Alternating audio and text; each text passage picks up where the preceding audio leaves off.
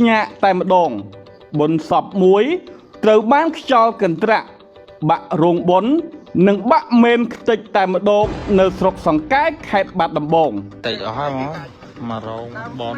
តិចទាំងអស់ឡើយដើមឈូសដើមអីមកឈូសហើយបាក់មេនបាយអស់ទាំងអស់បាត់ហើយមកភូមិនិយាយទៅផ្ទះហើយខ្ទេចខ្ទីពេញហ្នឹងឯងសោកឈូសហ្នឹងរូបភាពដែលបងប្អូនកំពុងតែទស្សនានេះគឺជាករណីគ្រោះធម្មជាតិបង្កឲ្យមានភ្លៀងធ្លាក់លាយឡំនឹងខ្យល់កន្ត្រាក់បណ្ដាលឲ្យបាក់ផ្ទះបងប្អូនប្រជាពលរដ្ឋជាច្រើនគ្រួសាររួមទាំងបាក់រោងបុនបងប្អូនប្រជាពលរដ្ឋដែលកំពុងប្រារព្ធបុណ្យសពផងដែរដែលករណីនេះបានកើតឡើងវេលាម៉ោង 17:30 នាទីរសៀលថ្ងៃទី 12 ខែមីនាឆ្នាំ 2025 ស្ថិតនៅក្នុងភូមិអូស្រឡៅឃុំអូដំបង1ស្រុកសង្កែខេត្តបាត់ដំបងដែលយើងមើលទៅគួរឲ្យព្រឺសម្បុរមែនទែនរោងបុនបាក់អស់តែម្ដងព្រមទាំងមេនបូជាសពបានបាក់សូមទស្សនាคลิปវីដេអូដែលសាច់ញាតិសពបានធ្វើការ live នៅក្នុងបណ្ដាញសង្គមដូចតទៅសមតាមបានបូជាផងឥឡូវសពបាក់រោងសពព្យុះបាក់រោង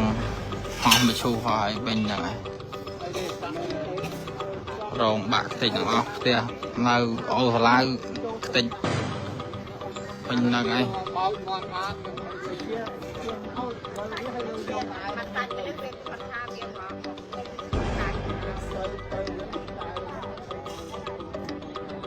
បាក់ខ្ទេចខ្ទីអស់ចោលបនតាន់ចប់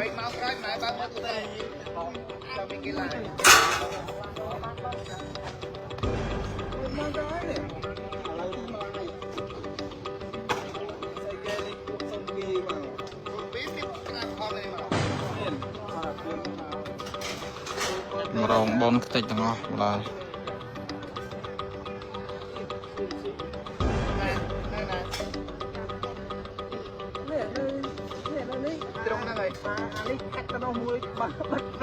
តិចអស់ហើយមករោងបន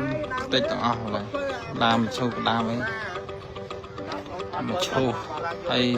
បាក់មេនបាយអស់ទាំងអស់បាត់ហើយមកភូមិនិយាយទៅផ្ទះហើយខ្ទេចខ្ទីពេញហ្នឹងឯងសោកឈូសហ្នឹងតាមផ្ទះខ្ទេចពេញហ្នឹងឯងបាក់ផ្ទះបាក់អីខ្ទេចអស់ពេញហ្នឹងឈូសខ្វះដូចស្អីចប់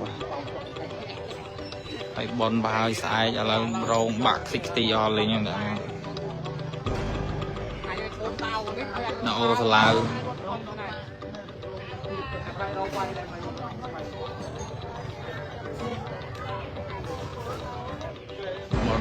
បនតន់បានចប់ផង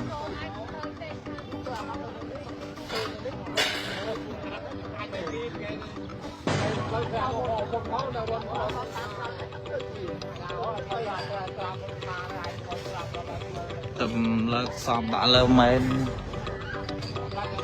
លេងអមេមក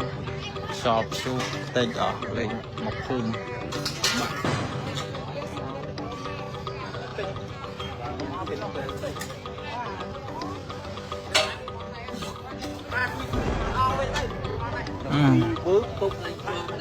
តាមផ្ទះតិចអស់មកភូមិផ្ទះនៅខ្លះនៅទៅផ្ទះនៅខ្លះតិចអស់ពេញហ្នឹងខ្លាំង30ឆ្នាំហើយខ្ញុំដែលជួបខ្យល់អញ្ចឹងផង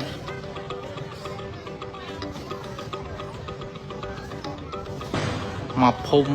ផ្ទះអ្នកខ្លះផ្ទះខ្ទេចពេញហ្នឹងឯងដើមឈើបាក់ដួលពេញហ្នឹងព្យុះបណ្ដោយមិនហ្នឹងមិនមែនខ្យល់នេះខ្យល់ព្យុះបណ្ដោយ